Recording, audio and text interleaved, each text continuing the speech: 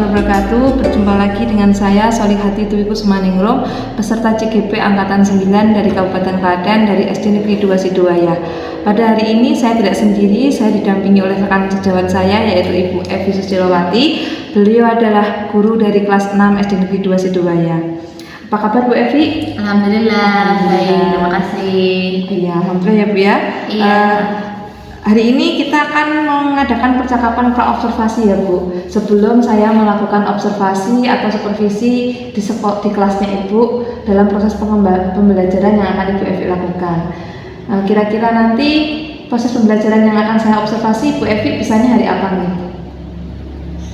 Ini langsung nggak apa-apa? Oh, ini langsung Mungkin ya? langsung aja nanti hari Oh, ini. iya. Siangnya habis istirahat pertama bisa. Oke, berarti nanti kita akan melakukan melakukan supervisi di habis jam pelajaran jam istirahat ya, oke? Iya. Oke. Sebelum nanti kita melakukan pembelajaran, saya akan memberitahukan bahwa tujuan dari supervisi ini adalah untuk mengevaluasi pembelajaran atau proses pembelajaran yang dilakukan oleh Ibu Evi agar pembelajarannya itu bisa tercapai dengan optimal, Ibu. Iya. Dan kenapa sebelum kita observasi kita lakukan pembicaraan pra-observasi ini? Saya bertujuan adalah agar nanti Bu Evi itu bisa mempersiapkan dengan baik sebelum melakukan pembelajaran yang sesungguhnya Ibu, agar Bu Evi lebih siap dalam melakukan pembelajaran kepada siswa sehingga siswa itu bisa lebih fokus terhadap pembelajaran yang akan dilakukan Ibu Evi. Kita mulai ya Bu percakapan pra-observasi kali ini. Kira-kira apa tujuan pembelajaran yang ingin Ibu capai dalam proses pembelajaran yang akan saya supervisi nanti? Tujuannya itu pertama itu dengan melalui pengamatan menggunakan alat peraga gitu, itu nanti siswa diharapkan dapat menghitung volume dengan menggunakan rumus dengan benar. Oke. Berarti tujuannya adalah cuma satu nih Bu? Apa ada tujuan lain? Ada dua, melalui dengan mendengarkan penjelasan guru, siswa dapat mengatasi permasalahan sehari-hari yang berkaitan dengan menghitung volume prisma segitiga. Oke, berarti dari ini kesimpulannya adalah Bu Evi itu mempunyai dua tujuan pembelajaran. Yang pertama adalah siswa dapat menghitung volume prisma dengan baik. Yang kedua adalah siswa juga bisa memecahkan masalah sehari-hari yang berkaitan dengan prisma. Kata Bu Evi. Oke. Kemudian bagaimana area pengembangan yang hendak Ibu capai? Area pengembangan itu indikator ya. Iya. Kalau indikator pengetahuannya nanti dengan menggunakan rumus siswa dapat menghitung volume prisma. Terus yang keterampilannya siswa dapat menyelesaikan masalah sehari-hari yang berkaitan dengan prisma. Oh begitu, berarti di area pengembangan pengetahuan itu siswa itu bisa menghitung volume prisma dengan baik. Kemudian di area keterampilan siswa tapi dapat mengatasi permasalahan yang dialami dengan kehidupan sehari-hari. Iya, menghitung volume prisma. Oh ya. Misalnya tenda kayak gitu loh kan, bentuknya prisma, atau yang bentuknya prisma, wadah yang bentuknya prisma gitu. Oke, gitu nih Bu. Dan selanjutnya kemudian strategi apa yang dipersiapkan Bu Evi, baik itu melalui metode atau strategi atau metode pembelajaran yang akan Ibu? Kalau strateginya itu masih pakai cara lama, ekspositori ya. Ekspositori yang lebih menekankan modelnya masih ceramah gitu, tapi dengan ada modifikasinya. Saya pakai alat peraga, kemudian untuk mencegah untuk mengurangi verbalitasnya seperti itu. Penekanannya saya menggunakan itu adalah kalau yang namanya matematika mau nggak mau kan tetap harus dijelaskan supaya paham, siswa benar-benar menguasai dan paham itu yang dimaksudkan. Jadi mau nggak mau itu tetap harus dijelaskan, meskipun udah ada alat peraganya tetap harus dijelaskan gitu loh. Gitu. Jadi ya tetap saya tetap memakai meskipun cara lama tapi tetap memakai media pembelajaran supaya untuk mengurangi verbalitas dan anak bisa apa namanya, visualisasinya bisa dapat gitu, nggak cuma imajinasi aja itu, tapi kalau pakai alat untuk memvisualisasikan kan, oh gitu tuh maksudnya Bu Evi. Oke, berarti besok itu pembelajaran yang akan nanti akan Ibu Evi lakukan adalah menggunakan alat peraga dengan menggunakan strategi expository. Adakah nanti misalnya kelompok belajar atau diskusi gitu? Sebenarnya gini, kalau untuk kelas pembelajaran biasa itu kan kita kelas 6. Kalau sudah kelas 6 ini udah semester 2 ya, itu tuh udah dikejar-kejar materi, dan banyak materi yang mereka lupakan gitu. Misalnya KPK kayak gitu tuh kan mereka harus ulanginya dari awal seperti itu. Kalau misalnya cari luas bangun datar itu kan masih kadang-kadang masih dari awal lagi caranya mencari lingkaran sebagainya. Nah itu kadang saya memakai individual, anak-anak enggak saya kelompokkan, tapi kalau misalnya mau dikelompokkan juga bisa seperti itu. Jadi nanti kemungkinan kombinasi, ketika dijelaskan mereka masih sendiri-sendiri, terus nanti kalau udah mau mengerjakan mungkin dikerjakan secara berkelompok seperti itu. Oh, jadi nanti kita dalam pembelajaran Bu Evi nanti Bu Evi akan sebagian dijelaskan sendiri, sebagian akan dikelompokkan gitu ya? Iya, atau setelah kombinasi ya, oke. Ya sudah Bu Evi, berarti nanti kita akan bertemu di pembelajaran Bu Evi di jam istirahat, sehabis jam istirahat ya. Saya akan masuk ke kelasnya Bu Evi untuk melakukan supervisi kelas Bu ya. Kapan Bu Evi, terima kasih atas waktunya. Semoga nanti pembelajarannya bisa berjalan dengan lancar. Assalamualaikum warahmatullahi wabarakatuh. Waalaikumsalam. Terima kasih Bu Evi. Assalamualaikum warahmatullahi wabarakatuh. Waalaikumsalam warahmatullahi wabarakatuh. Capek nggak kalian habis sholat asar? Hari ini nanti kita akan belajar melanjutkan matematikanya ya, data matematika hari ini nanti kita akan belajar matematika. Tapi sebelum belajar matematika, kayaknya Bu Evi punya beberapa permainan. Permainan apa ya? Kalian punya permainan apa? Berdiri. 1, 2, 3, 4, 5. Kapan kan? Oke, yuk. Ayo, main mana? Lagi. Lanjut. Oke, tahan dulu. Bu Evi minta dengan memperhatikan, dengan mengamati beberapa media. Bu Evi minta kalian nanti satu bisa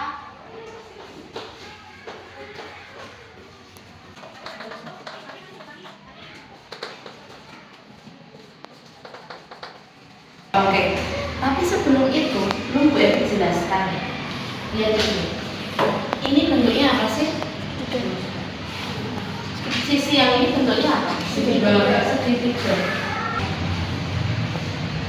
Bu Evi sekarang mau tanya, segitiga itu rumusnya apa kalau menghitung luas? Setengah alas kali 2. Setengah alas kali 2 kali tinggi. Setengah kali alas kali tinggi. Oh, masih inget ya kalian ya, meskipun sering-seringan. Pertanyaan sekarang ya.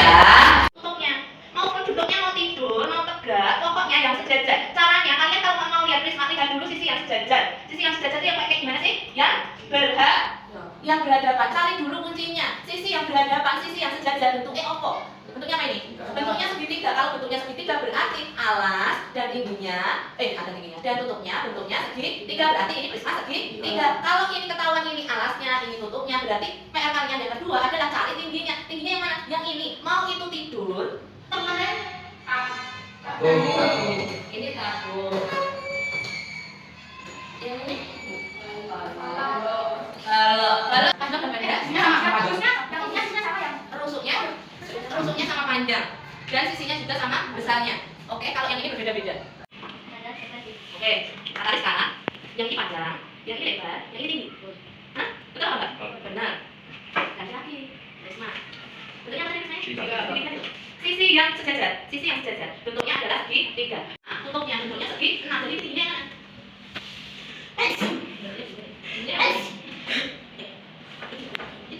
Oh, dua ini. Ini yang betul ya. Sini. Nah, ini sisi yang dalam ini apa? Sisi yang dalam ini apa? Sini. Harus imamnya ketemu berarti. Mungkin ini apa? Tingginya. Sisinya apa ini? Oh, oke, yang besar. Oke, yang besar. Karena waktunya itu sudah mepet, kita bentuk kelompok ya. Rapikan meja secara berkelompok. 1.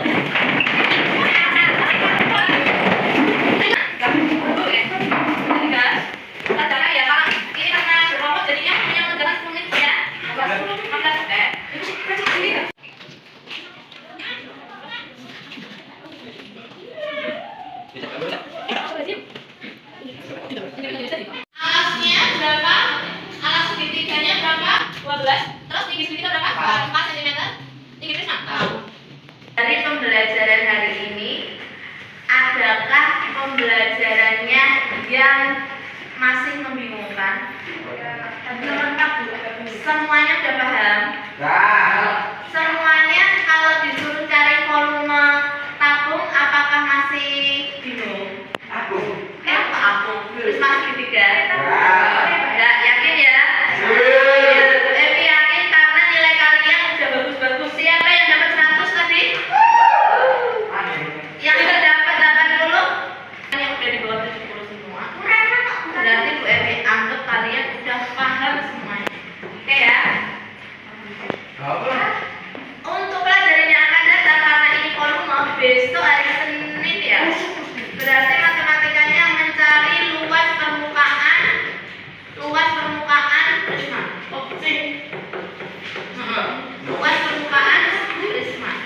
Oke ya, kita mau berdoa pulang. Assalamualaikum warahmatullahi wabarakatuh. Berjumpa lagi dengan saya Solihati Dwi Kusmaningrum, peserta CGP Angkatan 9 Kabupaten Klaten, dari SD Negeri 2 Sidowayah dalam kegiatan pasca observasi. Nah, di sini saya tidak sendirian, saya didampingi oleh Ibu Evi Susilowati, guru kelas 6 SD Negeri 2 Sidowayah yang telah saya observasi kemarin.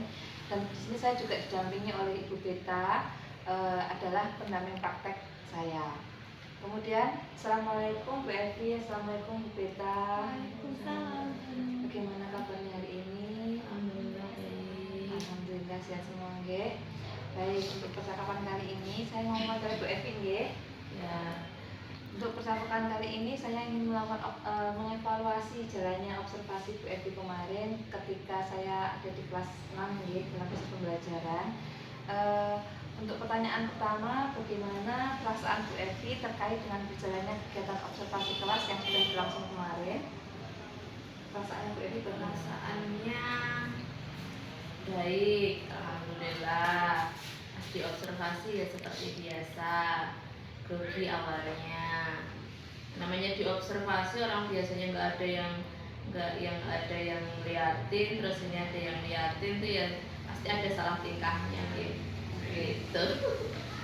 Baik, alhamdulillah ya Bu ya, berjalan baik. Iya, alhamdulillah. Jadi bagus sedikit nggak apa-apa nggih. Iya. Kemudian bisa diceritakan kembali nggak Bu area pengembangan apa yang dilakukan Bu Evi di dalam kelas kemarin, kemudian langkah-langkah atau tahapan apa yang sudah dilakukan Ibu di dalam kelas? Kalau area pengembangannya itu tuh saya mengembangkan alat peraga yang konkret gitu loh, maksudnya menggunakan alat peraga gitu untuk mengajarkan matematika supaya harapan saya itu semua anak didik, peserta didik itu, siswa saya itu tuh paham gitu apa yang saya maksud. Kalau cuma digambar itu kan mereka itu kan gambar kan cuma 2 dimensi ya, jadi ini untuk anak-anak tertentu gitu kan yang spasial ruangan kemampuan spasial ruangannya rendah gitu kan, untuk memvisualisasikan oh ini maksudnya itu dari sini ke sini kayak gitu tuh mungkin agak kesulitan. Jadi saya mengharapkan dengan saya menggunakan alat peraga itu tuh bisa bisa apa namanya bisa oh anak-anak itu bisa paham, bisa oh ini mana dimaksud BF itu yang namanya tinggi segitiga itu yang ini, yang tinggi prisma itu yang ini, seperti itu. Baik Bu Evi, berarti area pengembangan yang dilakukan Bu Evi tadi adalah tentang alat peraga konkret ya, sehingga siswa tidak membayangkan atau tidak menduga-duga gambarnya seperti apa, harus 3 dimensi ya. Nah, untuk menurut Ibu Evi, sejauh mana area pengembangan yang Ibu lakukan tadi, apakah sudah berhasil atau belum? Menurut saya sih udah berhasil nih Bu. Tapi ya mungkin masih ada beberapa kekurangan mungkin. Oh, baik Bu. Jadi menurut Bu Evi, pembelajaran yang dilakukan Bu Evi kemarin sudah baik ya, tapi masih ada sedikit kekurangan. Nah, menurut Bu Evi, kekurangan atau kendala apa yang dihadapi saat pembelajaran di kelas kemarin? Kekurangan dan hambatannya mungkin apa ya?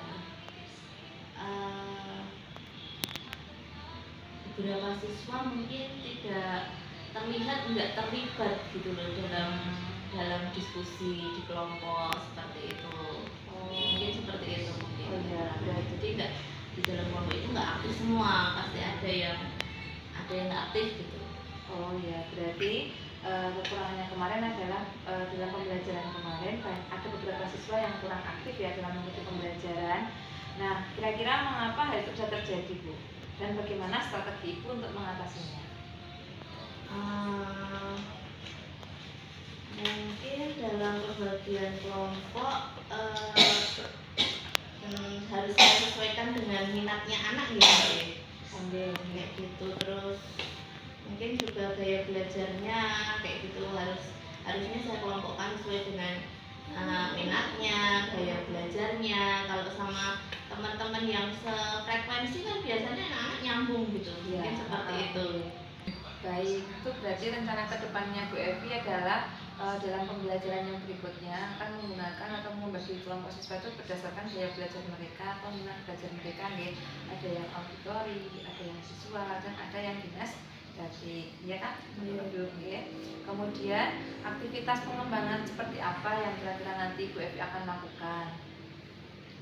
Untuk pengembangannya mungkin lebih mengembangkan ke alat peraganya yang lebih bagus lagi, lebih konkret lagi atau lebih beragam lagi seperti itu. Mungkin seperti itu. Jadi alat peraganya mungkin yang lebih saya kembangkan, lebih saya tekankan lagi seperti itu. Dan nanti pengelompokannya berdasarkan apa nanti Bu? Kayak gitu. Mungkin alat peraga nanti saya sesuaikan dengan minatnya mereka gitu. Jadi kalau misalnya anak-anak yang yang visual seperti itu kan mereka mungkin lebih senang nonton di YouTube kayak gitu. Kalau untuk anak-anak yang kinestetik mungkin lebih senang kalau nanti alat peraganya itu lebih cenderung saya terapkannya dengan cara permainan seperti itu. Jadi dia bergerak ke sana ke sini kan otomatis lebih aktif. Seperti itu. Mungkin gambarannya seperti itu. Oh ya, baik. Terima kasih Bu Evi. Kemudian selanjutnya ya Bu Evi, tujuan yang hendak dicapai Bu Evi bagaimana besok? Tujuan yang dicapai Bu Evi dengan pembelajaran yang ingin Bu Evi lakukan ke depannya nanti untuk apa? Tujuannya supaya anak itu makin semangat, terus hasil belajarnya lebih optimal kayak gitu. Mungkin seperti itu. Ya, berarti tujuan Bu Evi melakukan pembelajaran dengan menggunakan metode berdasarkan gaya belajar tadi adalah untuk siswa agar lebih cenderung antusias dan antusias, jadi tambah semangat, jadi makin paham, jadi seperti itu. Terus kemudian untuk ukuran keberhasilannya, untuk ukuran keberhasilan besok itu menurut Bu Evi ukuran keberhasilan bahwa pembelajarannya Bu Evi itu bisa dikatakan berhasil atau tidak itu ukuran keberhasilannya bagaimana? Nah, yang pertama mungkin dilihat dari nilainya nih Mbak. Kalau meningkat otomatis berarti berhasil gitu. Hampir semua meningkat berarti berhasil. Terus yang kedua, keterlibatan siswa, semakin banyak yang aktif, nggak ada yang pasif, itu berarti semua anak antusias, semua anak semangat, seperti itu. Mungkin seperti itu. Ya, bagus. Kemudian pendukungnya apa? Misalnya daya dukungnya apa yang ingin Bu Evi gunakan besok untuk melakukan pembelajaran ini? Mungkin yang pertama, mungkin bahan ajarnya perlu saya perbanyak, nggak cuma LKS saja atau paket saja, saya perlu mencarinya di internet atau sumber buku yang lain.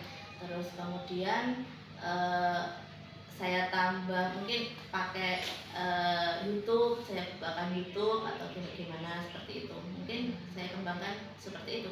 Oh, siap, bagus sekali. Untuk waktunya bagaimana Bu Evi? Untuk pembelajaran dengan menggunakan model belajar yang seperti itu, pengelompokan seperti itu tadi yang sesuai yang Bu Evi katakan tadi, kira-kira itu membutuhkan waktu berapa menit gitu? Untuk matematika, terus terang kalau untuk matematika itu tuh kenyataannya biasanya antara kita kadang membayangkannya 60 menit cukup, tapi kan prakteknya anak-anak itu kadang bisa molor seperti itu. Jadi kalau saya sih waktunya mungkin sekitar 70 menit itu udah ideal kalau menurut saya. Kayak gitu.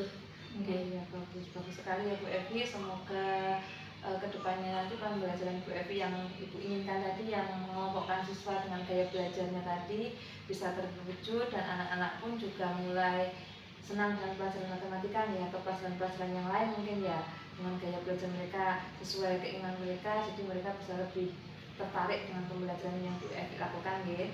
Mudah-mudahan yang Ibu rencanakan ini bisa terrealisasi dengan baik dan memberikan pembelajaran yang lebih baik untuk anak-anak didik. Saya tunggu cita-cita Ibu selanjutnya nih, kira-kira kapan Ibu akan melakukan perubahan dengan rencana yang Ibu sampaikan tadi. Mungkin saya bisa datang lagi ke kelasnya Ibu ya untuk mengobservasi lagi apakah sudah sesuai belum itu Ibu.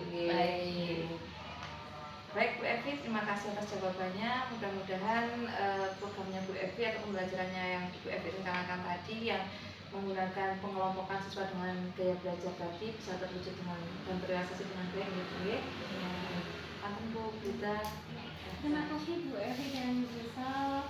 Hati sudah bagus sekali untuk pasca observasi pembelajaran ini. Panjenengan juga mampu untuk membuat pertanyaan-pertanyaan pemantik yang luar biasa sehingga nanti dapat digunakan sebagai rencana tindak lanjutnya Bu Evi di kelas, sehingga nanti pembelajaran selanjutnya akan lebih meningkat dan tujuan pembelajaran tercapai serta anak-anak mudah mengerti.